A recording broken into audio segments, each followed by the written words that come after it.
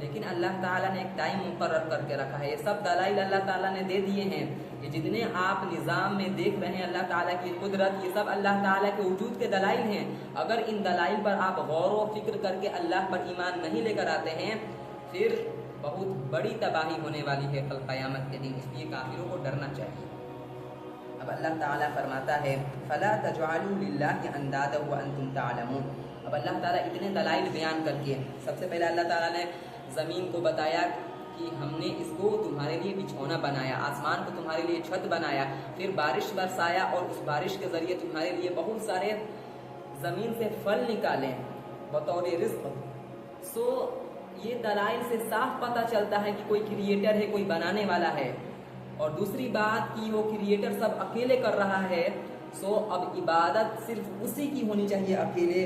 تو اللہ تعالیٰ کہتا ہے فَلَا تَجْعَلُوا لِلَّهِ أَنْدَادًا، تم اللہ کے ساتھ کسی کو شریک نہ ٹھہراؤ، کسی کو بھی اللہ کے مثل قرار نہ دو. جیسے آج پاسٹ میں مشرکین کیا کرتے تھے ایسا. جو مشرکین مکہ تھے وہ بتوں کو اللہ تعالیٰ کے برابر ٹھہرایا کرتے تھے، ان کی عبادت کیا کرتے تھے، ان سے مدد مانگا کرتے تھے. اللہ تعالیٰ کہہ رہا ہے ان کے بارے میں کہ تم اللہ تعالیٰ کے برابر کسی کو شریک نہ ٹھہراؤ، کیونکہ سب کرنے والی ذات اللہ کی ہے. عبادت اور جو مانگنا ہے صرف اسی سے ہونی چاہیے.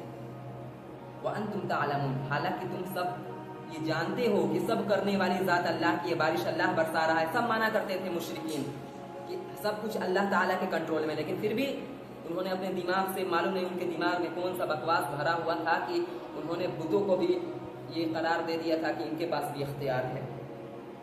وَإِن كُنتُمْ فِي رَيْبٍ مِّمَّا نَزَّلْنَا عَلَىٰ عَبْدِنَا فَأْتُوا بِسُورَةٍ مِّن مِّثْلِهِ. اللہ تعالیٰ یہاں سے ارشاد فرما رہا ہے. اللہ تعالیٰ نے پچھلے آیت میں بتایا، توحید کا مضمون کا تذکرہ کیا کہ اللہ تعالیٰ کی عبادت کرو اور اس کے ساتھ کسی کو شریک نہ کرو. اب اللہ تعالیٰ قرآن کے عقیدے کے تعلق سے تذکرہ کر رہا ہے. مشرکین یہ کہا کرتے تھے جو نبی صلی اللہ علیہ وسلم قرآن مجید کا دعویٰ کرتے ہیں اور جو تلاوت کرتے ہیں، نعوذ باللہ نقل کفر، یہ قرآن مجید اللہ تعالیٰ کی کتاب نہیں ہے بلکہ محمد صلی اللہ علیہ وسلم کی یہ باتیں ہیں اور محمد صلی اللہ علیہ وسلم نے اسے اپنے طرف سے گڑھ لیا ہے.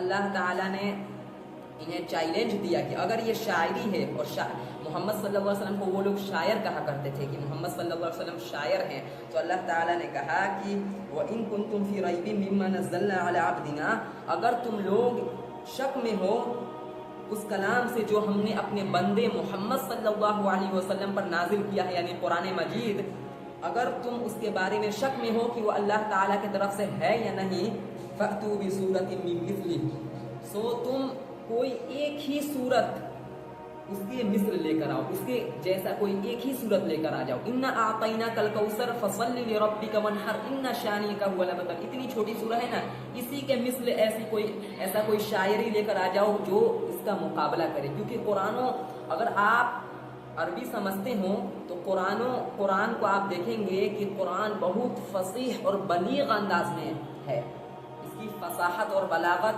اعلیٰ معیار پر ہے. مشرکین میں یہ طاقت تھی ہی نہیں کہ کوئی شاعری ایسا لے کر آ جائیں جو قرآن مجید کا مقابلہ کر لے. کوئی ایسی شاعری نہیں لے کر آ پائیں. قرآن نے یہ کھلا ان کو چیلنج دیا کہ اگر تم لوگ کہتے ہو کہ یہ محمد صلی اللہ علیہ وسلم نے خود سے گڑھ لیا ہے اور خود سے اسے بنا لیا ہے، محمد صلی اللہ علیہ وسلم تو کوئی یونیورسٹی اور کوئی شاعری کا کورس تو کیے نہیں ہے، تم لوگ تو بہت بڑے بڑے ادیب ہو اور شاعر ہو، تو تم لوگ ایسا کلام لے کر کیوں نہیں آ جاتے ہو؟